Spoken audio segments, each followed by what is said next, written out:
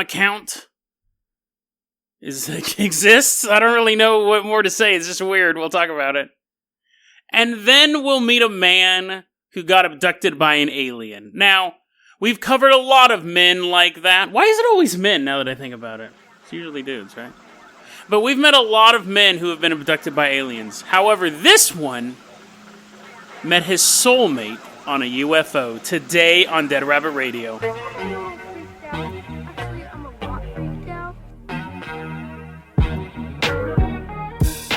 Hey everyone, welcome back to another episode of Dead Rabbit Radio. I'm your host, Jason Carpenter. I'm having a great day. I hope you guys are having a great day too. I really do. I really mean that. It's funny, that intro was kind of informal compared to how I normally do them. Why is it always that men are getting abducted by aliens? I bet you if you looked at the statistics of it, and I'm not going to. I got other things to do. I gotta read stories about ghosts and goblins floating around. Math, what? I bet you if you looked at statistics, I bet you it's like a 70-30 split. 80-20 maybe. And this is anecdotal. This is just going off of the hundreds and hundreds of UFO stories that I've read over the course of my life. Usually the female ones, the ones where women are abducted, it's horrifying. It's really bad medical experiences. They're getting poked and prodded and having alien babies put in them or taken out of them. Every so often you'll get a woman who's like happy she's given birth to aliens, but interesting. I'll see if I can do some research on that. That is kind of my job. I wonder if there really is a division of the sexes as far as it goes, men versus women getting abducted. But before we do that, let's go ahead and get started with this episode. This episode that I've prepared. Let's go ahead and give a shout out to one of our legacy Patreons, Dalton Ogden. Dalton, thank you so much. You've been supporting the show for a really, really long time. Really appreciate that. Dalton, we're going to give you the keys to the Carpenter copter, but we're not taking it anywhere right now. So just sit. Just don't move, dude. Now, for our first story, let's travel to Reddit. Now, I know a lot of you guys don't like Reddit. I'm not a huge fan of Reddit myself, but I do find the fact that the information's permanent interesting as opposed to like 4chan where the information just and then it's gone. The thing I like about Reddit is that it's permanent. Things I hate about Reddit would take another podcast for me to mention the karma system and all that stupid stuff. But let's take a look at Reddit. There is a Reddit board, it's a really interesting one, called RBI, or Reddit Bureau of Investigation, where people go, help, help, I saw like this weird fox walk by and I'm trying to figure out what type of fox it is, or help, help, my family's being stalked. It's weird. There's this weird, it has a really wide swath of mysteries, but it's a place that you can go to post weird stuff. Not even weird stuff, but just like, sometimes it is like I'm getting crank calls from this number, but I don't know how to track it down, and sometimes it's like, I saw this, there's a butterfly in my apartment, but my apartment's hermetically sealed. How could it get in? I'm the boy in the bubble, and I'm especially allergic to butterflies. Help, help, please. It's a place where you can post stuff on Reddit, and Reddit will help figure it out. Now, I found this one today. This is from a user named Fishatron3000. Fishatron tells this story on RBI looking for this advice. I'm hanging out with my girlfriend and she gets an ad on her Instagram account. This sounds, okay, to be fair, this starts off sounding like a horror movie from like 2015 when the technology was brand new and they're like, what if the apps downloaded you? Remember all those horror movies you had like Ring and Phone and App and Killer App? There's a whole spate of horror movies that was based on your phone.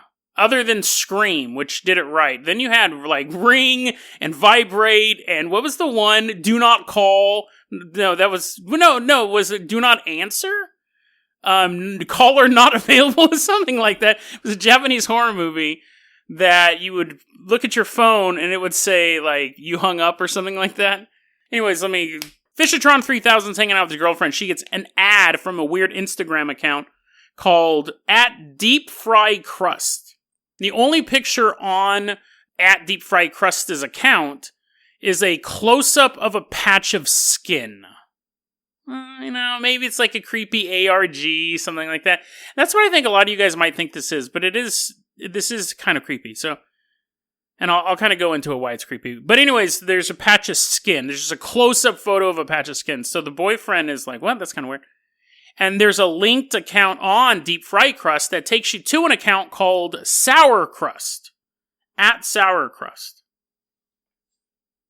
So, @SourCrust has probably about Well, it's hard to say, but at the time of me recording this, I think has about 9 images on their Instagram account. Quite a few of them are videos, so I'm going to play some audio clips here for you.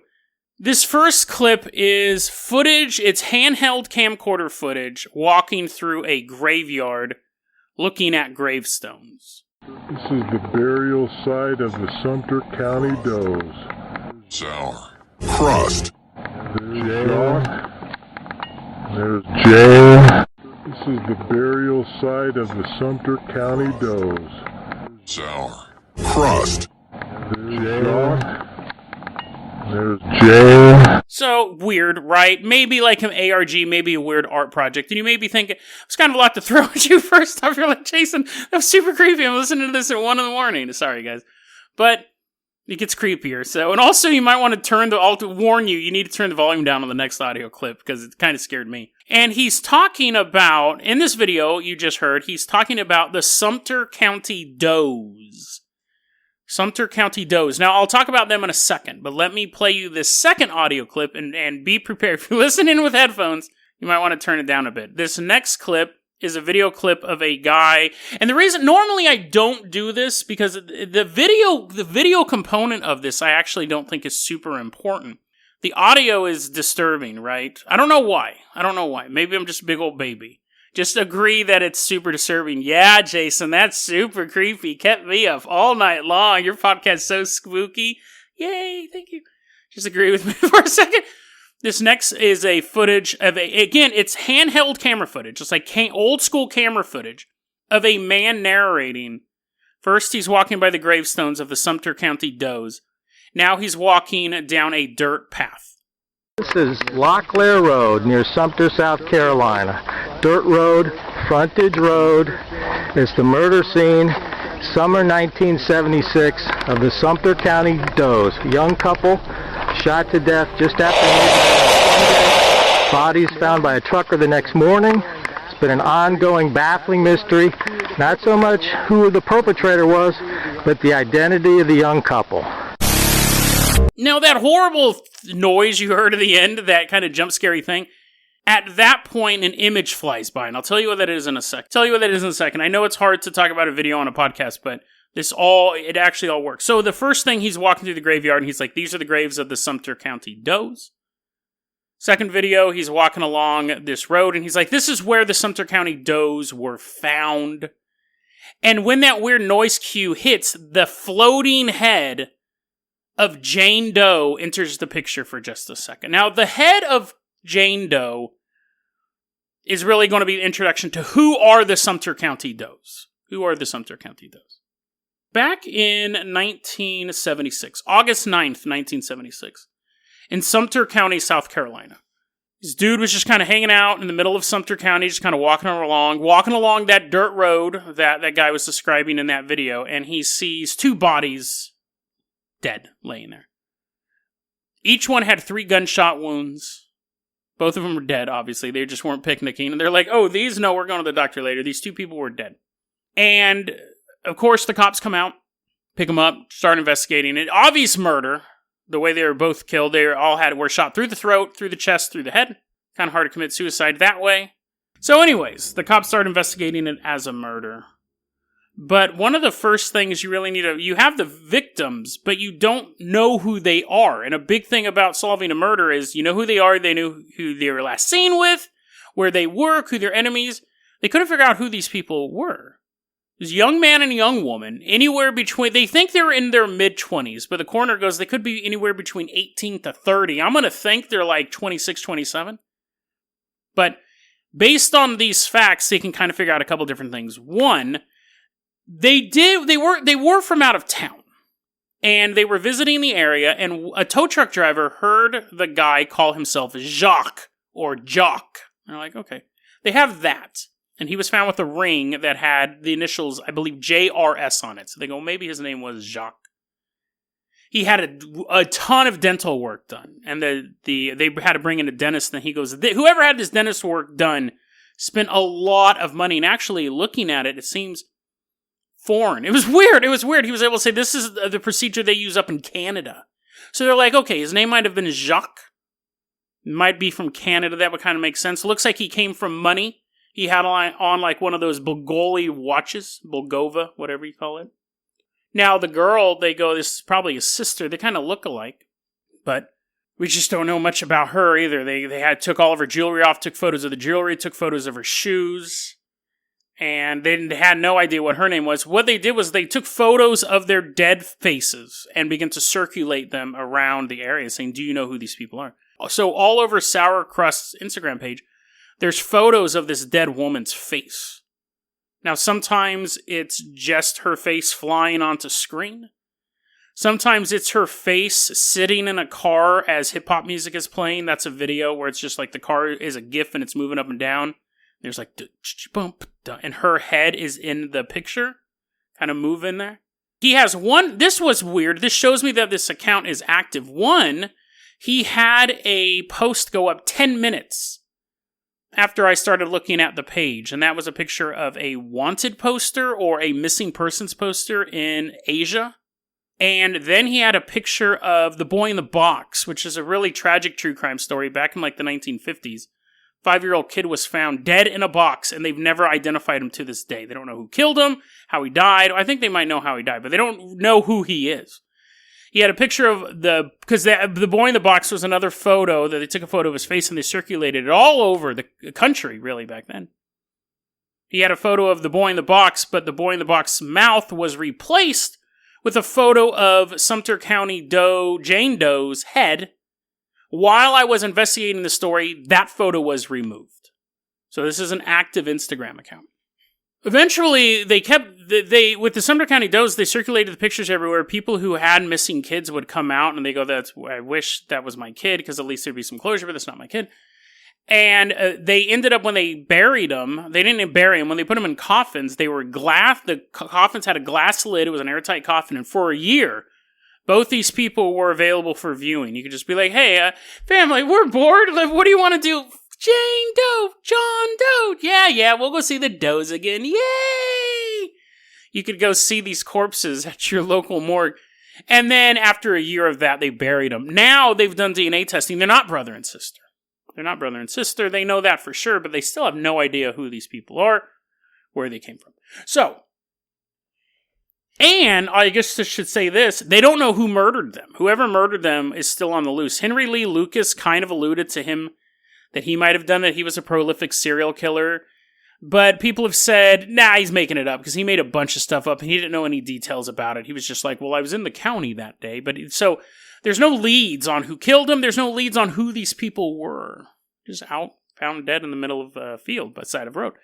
So what does any of this have to do with anything? I don't know. Now, you could go, Jason, this is just a LARP or some creepypasta that you fell for, and that's definitely possible. Definitely possible. People fall for stuff all the time, myself included. But this is also the way that weirdos communicate nowadays, right? Like, yes, it could be an art project and someone's like, I'm going to pick this super obscure case, make a bunch of heads float around and stuff like that. This guy could also be super mentally deranged. Now, people on the Reddit Bureau of Investigation were like, maybe it's the killer.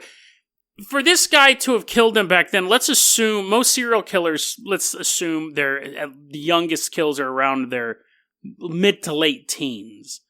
So let's say this guy was 18 in 1976 who murdered these two people. That would make him about 60-something now, which I guess isn't too old to use Instagram, but it's possible that the person who did this is now posting this stuff and learned basic Photoshop, or is getting his nephew to do it. Yeah, uncle, why do you want me to do all this creepy stuff? Oh, I don't know, son. Brings back memories. And nephew's like, I'm glad I'm getting paid enough to get a new computer, and then I'm out. And the uncle's hiding. Yo, you'll be out all right. You'll be out of sight. Nephew's like, dude, I can hear you. You're standing right behind me. Click. I'm all done. Dude leaves. Nephew runs out. Another victim. I don't know why I'm doing creepy uncle now. Ugh. Anyways, the point is, it's possible that the killer is announcing this on Instagram. It's possible they never caught him. It's possible that it's just an ARG, which is an alternate reality game for people who don't know. It's some sort of like puzzle that the internet's supposed to figure out, and there's just like a interactive crime or something like that. But it's also possible that there is someone who's obsessed with this crime and is reaching out about it, is putting it out on the internet, is adding random people to this. Because the guy was like, I don't know why my girlfriend got added to this account. It's definitely creepy. I'm creeped out.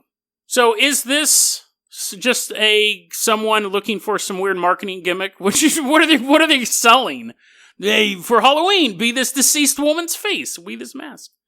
Could be some weirdo looking for attention. Could be a serial killer who's letting the world know that he's never been caught. Or it could be a budding serial killer. Someone who's always been fascinated about the two people found at the side of the road, the killer never caught, the identities of the victims never known. Could be some crazy kid who's been obsessed with that case since he heard about it. And now he's trolling Instagram looking for his next victim. I don't know. It's probably the ARG, but I do think it's creepy. Let's go ahead, though, and move on to our next story. Go to that Instagram, though, and check it out. Don't harass Sour Crust. I'm not asking you guys to harass Sour Crust, but again, it is creepy. Let's go ahead and move on to our next story now. Dalton, this is what you've been waiting for. Fire up that Carpenter copter. We're flying out to Mormon Mesa, Nevada. Now, I haven't used the Dead Rabbit dune buggy in a while, so let's land the Carpenter copter. We're going to park 2-3 miles away from where we're going. Let's get in the Dead Rabbit dune buggy, guys. Dalton, you got the wheel on this one, too. Ding, ding, ding, ding. We're going over the dunes. I don't know. The place could be a rocky desert. We're going to imagine there's dunes. War pups are chasing us from the distance, which is normally how chases work. They're normally not right next to you. That's not a chase. That's the end of the chase. We're going out to Mormon Mesa, Nevada. It's 4 a.m. Spooky, right? Super spooky time. It's July 27th, 1952, and there's a man named Truman Bethrum. Truman Bethrum. He's 55 years old. He's a mechanic who works for a road construction crew, and at the same time, so imagine working with this guy, a spiritual advisor. Hey, Truman, hand me that wrench. Do you really want the wrench? Or does the wrench want you? Damn it, Truman, just hand me that wrench. Oh, here you go, boss, here you go. Cars are totally falling apart. No, you must believe the car works. And the car, Truman, the car, we're broke down in the middle of Mormon Mesa. We're in the middle of the desert. Fix it. Does the car need to be fixed? Or do you need to be? Damn it, Truman! Okay, sorry, sir. Actually, that'd be totally awesome to work with this guy. Maybe not work with him. I would just show up at the work site and be like, oh, dude, this is so funny. I can imagine everyone else is wearing, like, mechanic, those onesies. What are those called? Like, unitards? The overalls, the coveralls, whatever. Unitards. They're walking around. I would have loved to see a bunch of mechanics in unitards. Wait, no, I wouldn't. I don't want to see that at all. All these guys walking around in their coveralls. He's walking in big shaman robes. They keep getting caught in the gears of the machine. Truman! Anyways, Truman, road construction mechanic / spiritual advisor. He has a hobby. He loves to collect seashells. So where would you want to collect seashells the most? You're right, in the middle of Nevada. Which sounds stupid, right? But this whole thing about this guy sounds stupid, but he wanted these seashells because, it used to be like an ocean because, like back in time, there's water everywhere. And then there's it went away. It's like there's a bunch of icebergs melted and then it filled up the world full of water. And then the icebergs came back? I don't know. But the water went back away. So there's you like that geology lesson, kids who are at home for your learning at home? You're like, Mom, Dad, please let the schools reopen. I don't want to learn science from this guy anymore. Anyways, take it, kids. That's your science lesson for today. You get an A. All the water goes away. Now, you have seashells everywhere because they were there for millions and billions of years. He's hanging out. Now, he's walking around with his flashlight. He's finding seashells. Now, my question is, when I'm reading this, why is he doing this at night? Right? Like, wouldn't it be easier to look for miniature dead life forms during the day? But whatever. Maybe it's his only time off. So he's looking for seashells. And eventually he's like, this is a stupid hobby. I shouldn't have done this. My life, it sucks. He gives up. He goes to sleep in his truck. And then he should be alone, right? It's middle of nowhere. No one else is collecting seashells. Literally everyone else has a better hobby than that. And he hears a...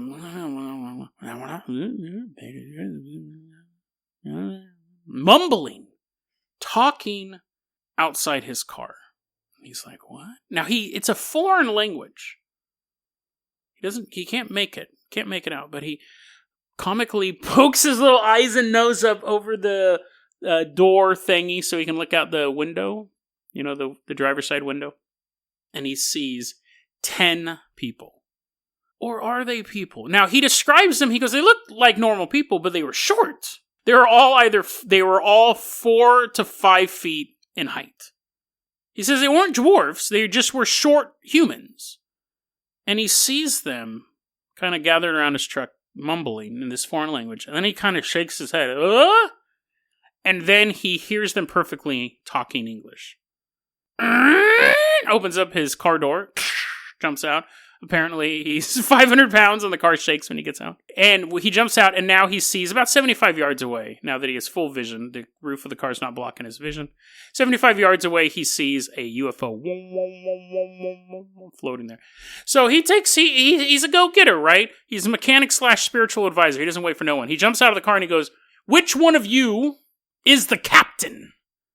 The guys look at each other and they go, well, our captain is on that ship over there. That ship. Yeah, I know what the only UFO within orbit right now. I know what ship you're talking about. Aliens are like, yeah, that one. Would you like to go and meet the captain? He's like, yeah, totally. Let's go. This is how I describe the aliens. Quote, Latin types. That is, with complexions something like Italians. Little dark-skinned dudes walking around. It's so funny because that's pretty specific. He's like, they're kind of dark-skinned, specifically those from northern Italy. I would say more around the province of Vaud. Like, dude, okay, fine. They're just dark-skinned humans, or darker-skinned humans compared to him. But anyways, then he goes on. Quote, all were neatly dressed in uniforms. We've heard of that before, right? Oh, not finished. All were neatly dressed in uniforms similar to those worn by Greyhound bus drivers. Now, come on. You have interstellar travel, right? You have the ability to bend the universe, and you're wearing a gray suit, little clip-on tie, little collar, and stuff like that. These are elements that would make me think this is a dream. At least with,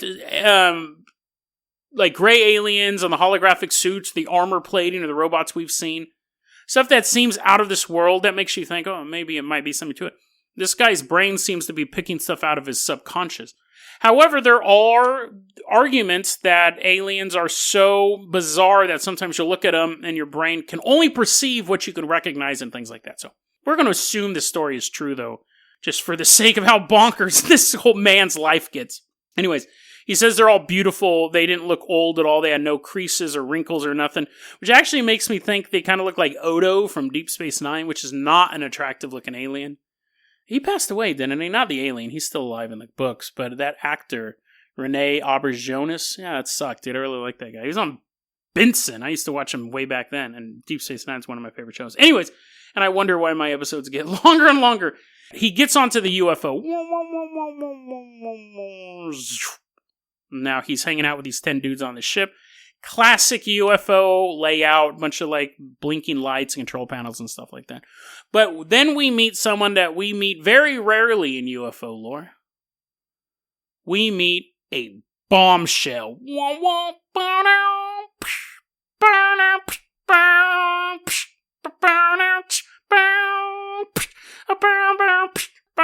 Aura Rhanes, tight skirt, dressed in all red, big ol' alien boobies, long black flowing hair, perfect olive Latin complexion with not a wrinkle or a crease. But she's sexy. She doesn't look like Odo. She looks like a goddess. Did you like that music there? So anyways, that's Aura Rhanes.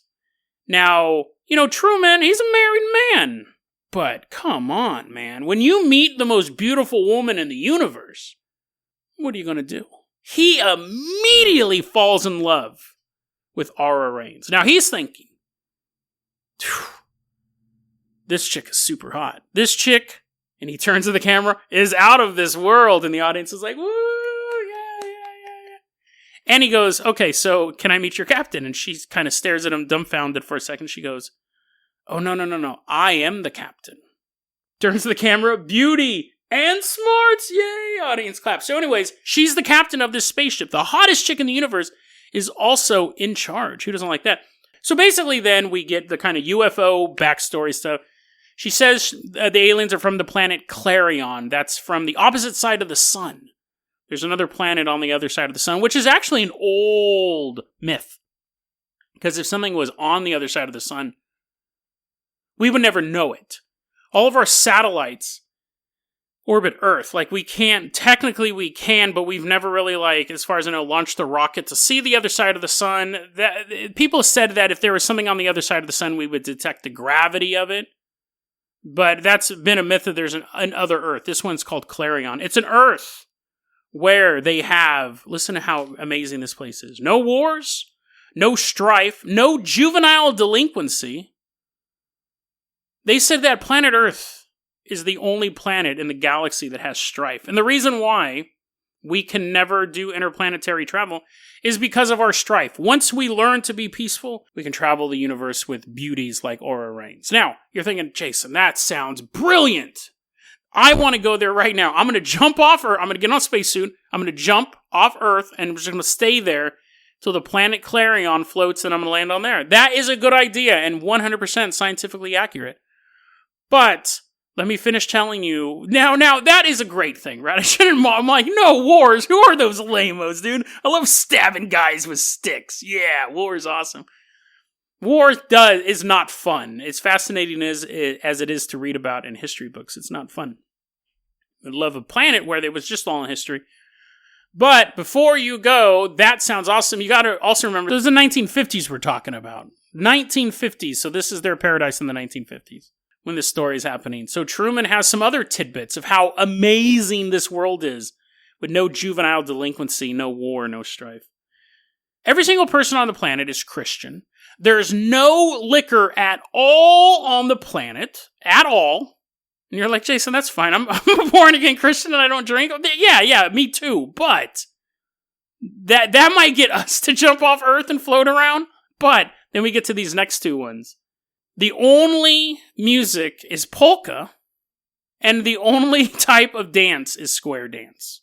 So for Truman, that might have been a complete paradise. People are like, honey, pack the bags. We're going to Clarion. It sounds amazing. I don't think I can be on I absolutely know I'm Christian, but I cannot be on a planet where everybody was Christian. You got to have like some sort of like diversity and stuff like that, right? But anyway, so that was Truman's most amazing society. I wonder if they had like marijuana. He's like, no liquor, but methamphetamine for everyone. There's just meth needles falling from the sky. You're like, I'm a Christian, but I'm so high. I'm tweaking for Jesus. Yeah, like, why just no liquor? Like, there's so many other damaging drugs out there that are worse than liquor. There's no liquor, but here's some crocodile. Oh, everyone's limbs are rotting. Anyways, the point is that it was this paradise. So, this newspaper, so he gets dropped back off on Earth, right?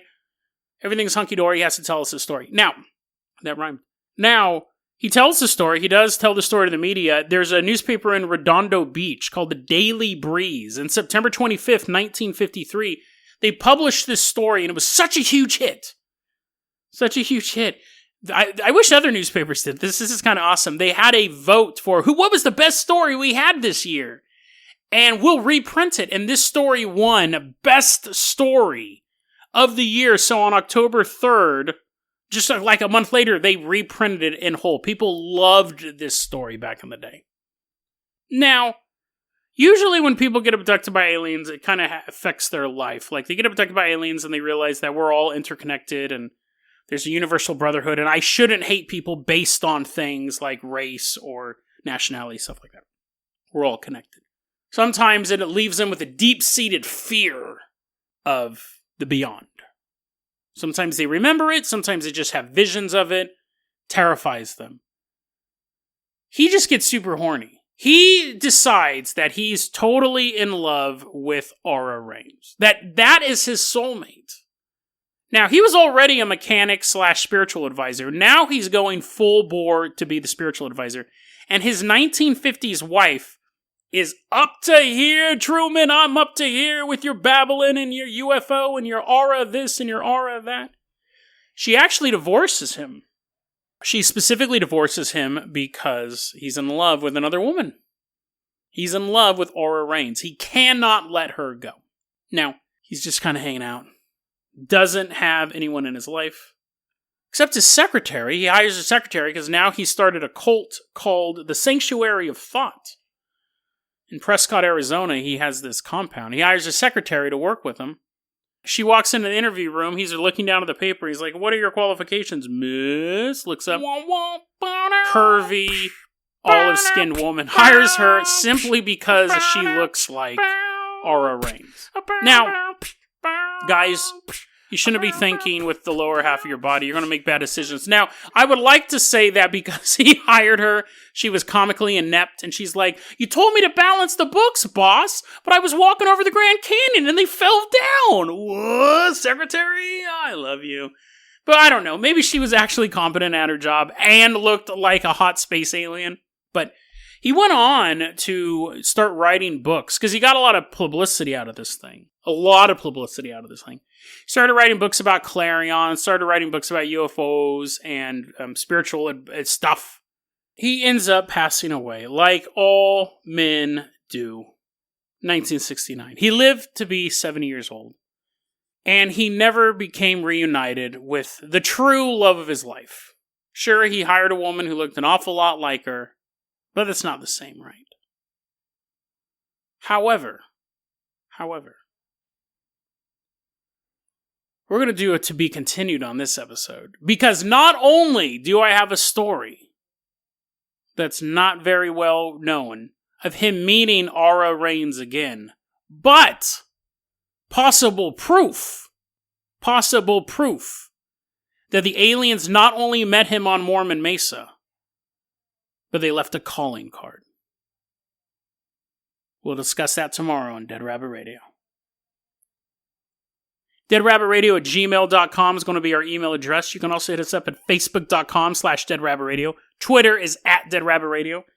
Dead Rabbit Radio is the daily paranormal conspiracy and true crime podcast. You don't have to listen to it every day, but I'm glad you listened to it today. Be safe, be kind. I love you guys, and I'll see you tomorrow.